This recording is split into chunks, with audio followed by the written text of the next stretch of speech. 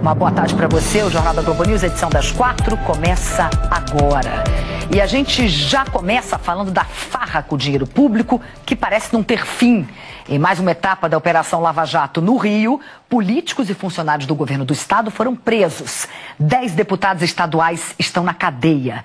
Segundo o Ministério Público, os políticos recebiam um mensalinho que variava de R$20 mil a R$100 mil para apoiar as gestões do ex-governador Sérgio Cabral e do atual governador Luiz Fernando Pezão.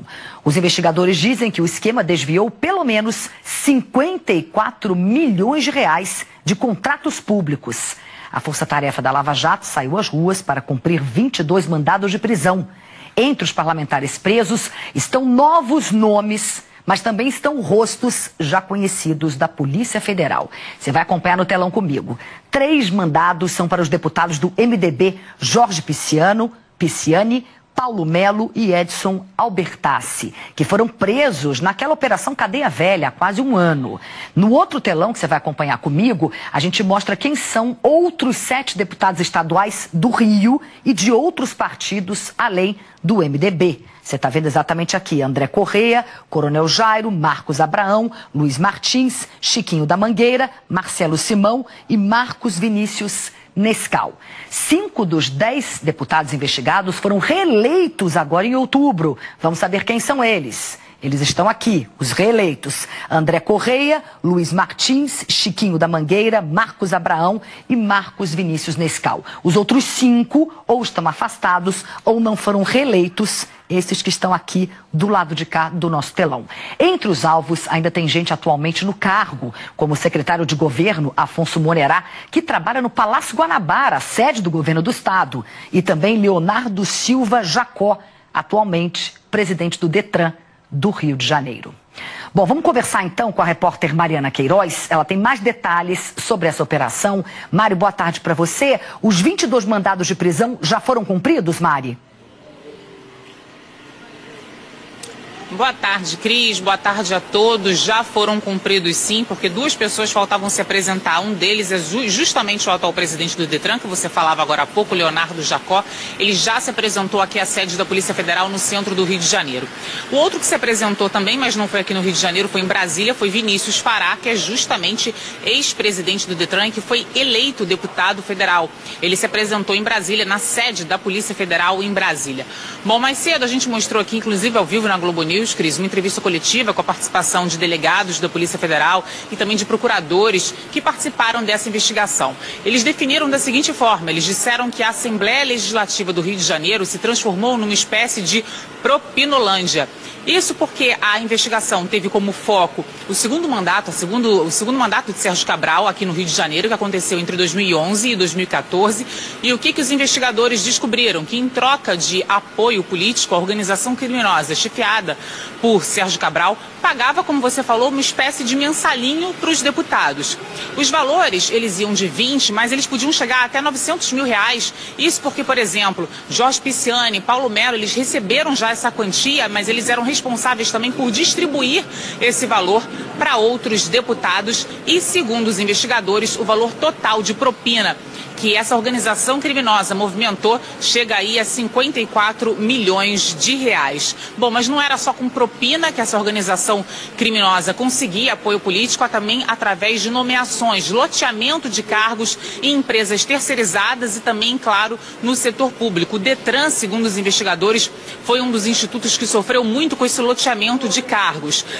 Agora, ainda falando de indicações, por exemplo, os investigadores comentaram aí durante a entrevista coletiva, só o deputado Paulo Melo, ele tinha direito a 40 indicações. O deputado Luiz Martins recebeu 137 opções de nomeação.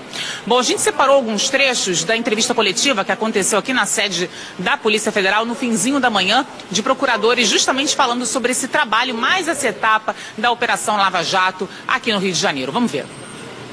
A investigação trata de uma organização criminosa que seria gerenciada de dentro do Poder Executivo Estadual, que ofereceria vantagens a parlamentares para que esses parlamentares defendessem os interesses da organização criminosa dentro da lei. Essas vantagens podiam ser pecuniárias, como o pagamento de um mensalinho ou prêmios, ou eventualmente a possibilidade da indicação de pessoas para preencherem cargos de confiança em órgãos públicos ou empresas que contrataram com órgãos públicos. Estima-se que o valor desviado e pago em propina é de pelo menos 54 milhões e meio de reais, dos quais uma parte foi financiada pelo sobrepreço de alguns contratos.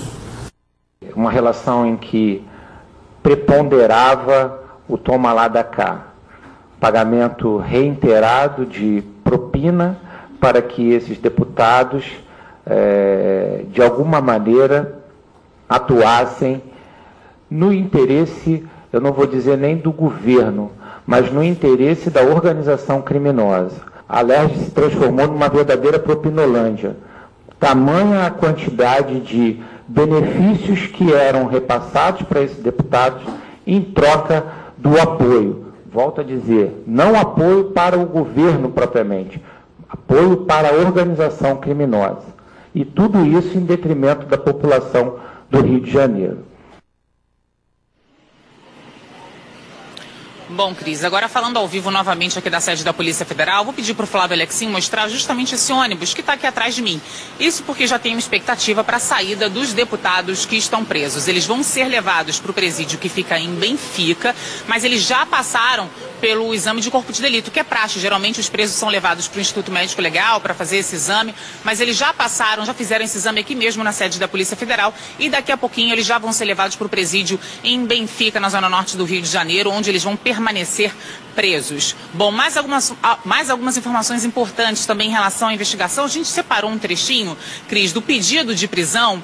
Vou pedir para o pessoal rodar então aí, que diz o seguinte, que tem um trecho em que mostra o depoimento de um dos entregadores que trabalhavam para dois doleiros, Tony e Juca Bala. Bom, num depoimento que aconteceu à Polícia Federal em setembro, esse entregador, Luiz Carlos Ferreira, ele dizia o seguinte, ele dizia que fazia em torno de 4 entregas por dia com valores diversos, às vezes de 50, 100, podia até chegar a 200 mil reais, e que esse valor, segundo ele, cabia nas meias compridas que os entregadores, inclusive ele mesmo, usavam para transportar esses valores. Bom, agora há pouco a gente falou justamente sobre esse valor total de propina que os investigadores contabilizaram, né? Cerca de 54 milhões de reais que foram movimentados em propina pagos para esses deputados, secretários, subsecretários também. Bom, a gente tem uma outra imagem para mostrar para o pessoal de casa, que é justamente desse dinheiro que foi contabilizado aqui na sede da Polícia Federal.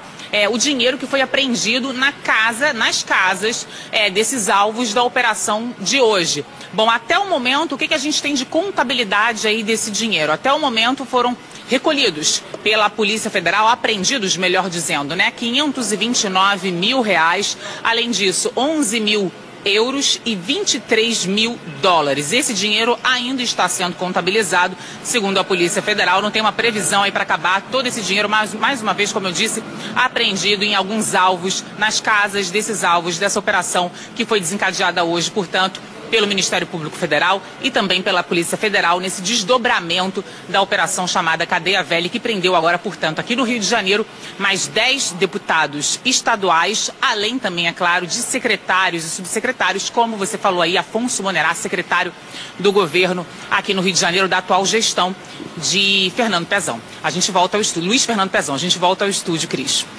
Mariana, obrigada pelas suas informações. Eu tenho algumas notas aqui. A assessoria do governo do estado do Rio, que também responde pelo governador Luiz Fernando Pezão, disse que desconhece os fatos e que não teve acesso aos autos do processo. André Correia publicou nota nas redes sociais. Ele afirma confiar na justiça e diz que não tem advogado.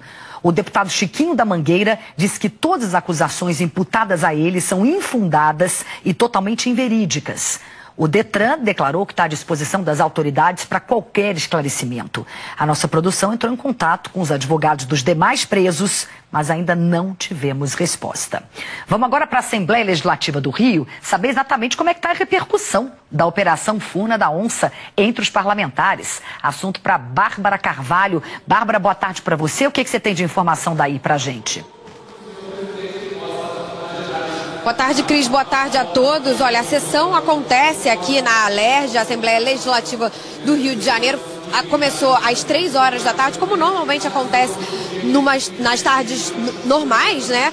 Só que, claro, hoje um dia completamente atípico aqui na Alerj. Muitos deputados disseram que estão constrangidos, que é um dia triste para a Alerj, isso porque 10 dos 70 deputados tiveram mandados de prisão temporária decretados. Então a gente está falando de 1/7 dos deputados aqui da Alerj, estamos falando de 14%, é uma quantidade muito grande. Então, conversando com esses deputados, alguns deputados da oposição disseram que pelo quórum, ou seja, pela quantidade de deputados que ainda podem votar nos projetos, 60, né, porque são os 70 menos os 10 que foram presos, é possível sim votar projetos a partir de agora. Já outros acreditam que, como há projetos em que há uma divergência muito grande, com a ausência desses 10 deputados e com toda a movimentação, a turbulência pela qual a casa vem passando, vai ser difícil aprovar projetos como, por exemplo, a Lei Orçamentária Anual, a LOA, que está prevista para ser votada nos dias 21 e 22 de novembro. Então é claro que é um momento complicado aqui para a Alerj, né?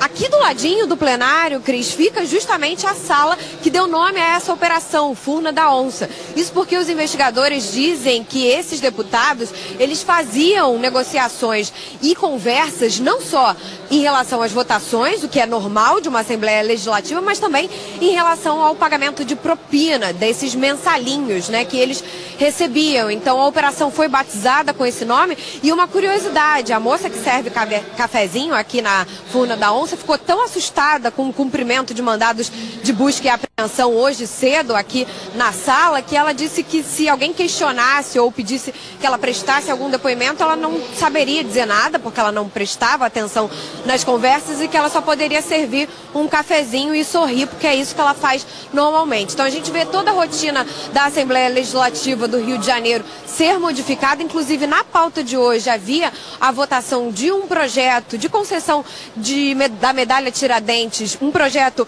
de um deputado que foi preso hoje, né, o deputado Marcos Abraão. Então a gente vê que tudo isso vai mexendo com a rotina da Assembleia Legislativa. Uma importante lembrança também é que no dia que o TRF2, o Tribunal Regional Federal da 2ª Região, decretou essas prisões em uma sessão secreta, foi o mesmo dia que a Globo News exibiu uma reportagem com trechos exclusivos da delação de Carlos Miranda, o homem da mala de Sérgio Cabral, dizendo justamente que ele entregava esses mensalinhos para os deputados da Assembleia Legislativa do Rio de Janeiro. A gente vai ouvir agora trechos das sonoras que deputados conversaram aqui comigo mais cedo, falaram a respeito dessas prisões e do dia de hoje.